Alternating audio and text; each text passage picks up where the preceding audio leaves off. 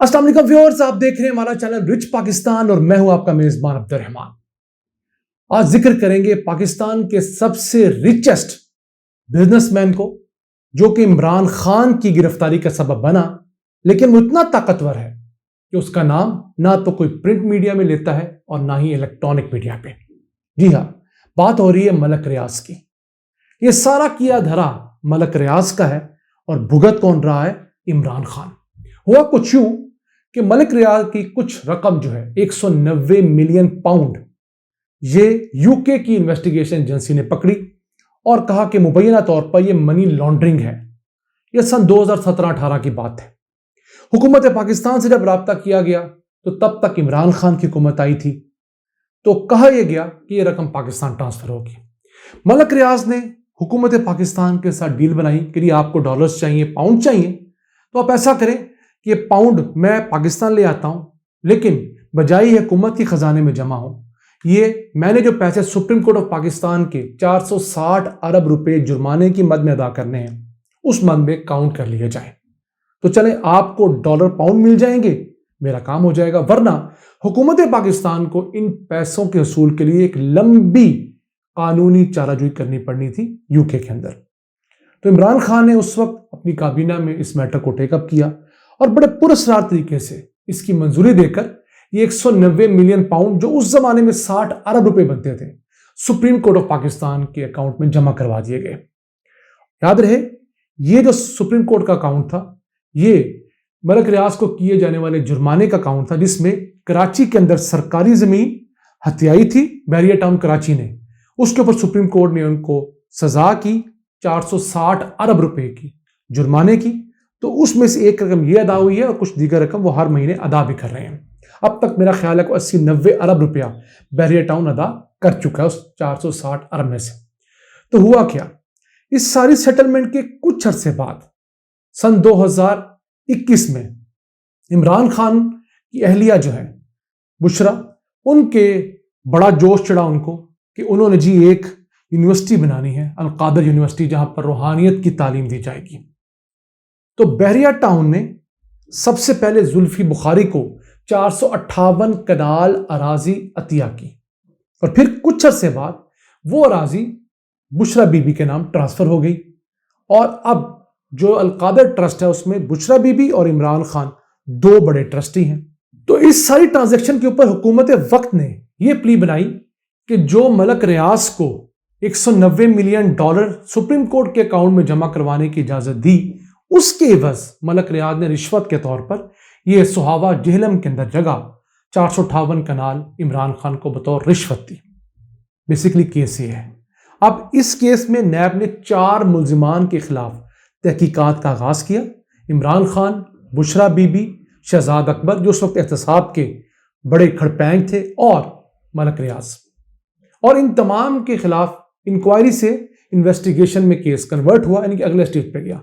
लेकिन गिरफ्तारी सिर्फ इमरान खान की हुई। शहजाद अकबर मुल्क से फरार हैं।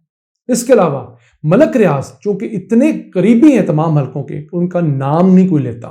कैसी बात है कि एक ही केस में इमरान खान के खिलाफ भी इन्वेस्टिगेशन हुई, उसी केस में मलक रियाज के खिलाफ भी तहकीकात है। एक ने मुबैना तौर पर रिश्वत ली, एक ने रिश्वत दी। दोनों कानून के मुताबिक जुर्म है, लेकिन मलक रियाज को पकड़ना क्या था, उसका नाम तक नहीं लिया जा रहा। जितनी प्रेस कॉन्फ्रेंसेस नून लीग ने की हैं, किसी एक वजीर ने मलक रियाज का नाम नहीं लिया। पीटीआई ने जितना डिफेंड किया है, किसी एक ने मलक रियाज का नाम नहीं लिया। और अदालत में यह भी नहीं कहा गया कि जनाब हमें तो पकड़ लिया गया है, मलक रियाज को शामिल तफ्तीश क्यों नहीं किया गया, मलक रियाज की गिरफ्तारी कब होगी।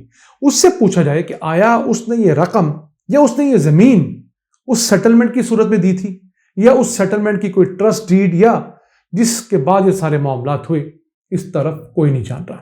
आप देखिए इस मुल्क में कितने ताकतवर लोग हैं जो नून लीग को ब्राइब करते थे, जो पीपल्स पार्टी को ब्राइब करते थे, उनसे इमरान खान भी नहीं बच सके। मैं हैरान हूं कि वक्त का वजीर आजम, इतना सियासतदान, और जिसके पास अपनी सरकारी लाखों एकड़ जमीन मौजूद है। वफाकी हुकूमत के पास मुल्क में 8 लाख एकड़ रकबा है, हर तहसील में हुकूमत पाकिस्तान के पास रकबा है। اسی طرح پنجاب حکومت کے پاس کچھ 4.5 لاکھ ایکڑ رقبہ ہے. اگر عمران خان نے یونیورسٹی بنانی تھی تو کیوں اس طرح کا پنگا لیا جو آج بھگت رہے ہیں؟ ملک جل رہا ہے.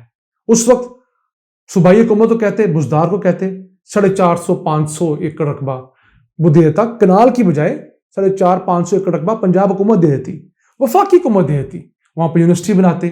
چلیں آپ سرکار سے زمین دے دیتے، پرائیویٹ لوگوں سے فنڈ کر کے یونیورسٹی بناتے، جیسے نمل یونیورسٹی بنائی ہے. تو دیکھیے کبھی کبھی انسان جلد بازی میں، لالچ میں ایسے فیصلے کر لیتا ہے جس کو بعد میں بھگتنا پڑتا ہے.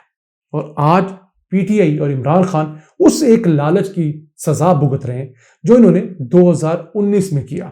اب نہ جانے بشرا بی بی نے کرنے کا کہا، عمران خان کا خود خیال آیا یا کسی نے ان کو ورغلایا، لیکن غلطی یہ ضرور ہوئی کہ انہوں نے بحریہ ٹاؤن سے 458 کنال زمین لینے کی ریٹن ڈیڈ سائن کی.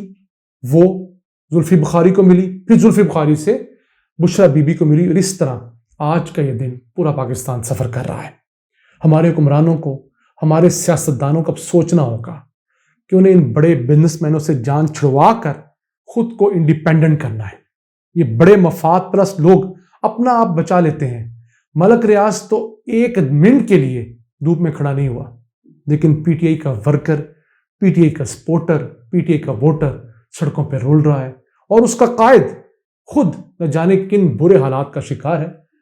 تو میں سمجھتا ہوں پی ٹی آئی سمیت سارے پاکستان اس چیز کو سوچے گا، سمجھے گا، اور دوبارہ سے اس جیسے چلاک بزنس مین سے بچا جائے گا، کیونکہ اس جیسے بڑے بزنس مین کسی کو کوئی چیز فری نہیں دیتے. ہاں آپ کے پاس ثبوت نہیں ہوں گے کہ یہ جو زمین عطیہ کی گئی ہے یہ اس پیسوں کی عوض کی گئی ہے یا اس کی ڈیل کی عوض کی گئی ہے، لیکن بظاہر یہ ایک چیز مشکوک تو ہو گئی. آپ 121 کیسوں میں نہیں پکڑے گئے جس میں دہشت گردی کیس ہے، دیگر کیسز ہیں. آپ ایک کرپشن کے کیس میں پکڑے گئے ہیں، اور دنیا بھر میں یہی خبریں لگ رہی ہیں کہ عمران خان کو ایک کرپشن کے کیس میں پکڑا گیا ہے. تو یہ چیزیں ہم سب کے لیے بھی آنکھیں کھولنے کے لیے کافی ہے.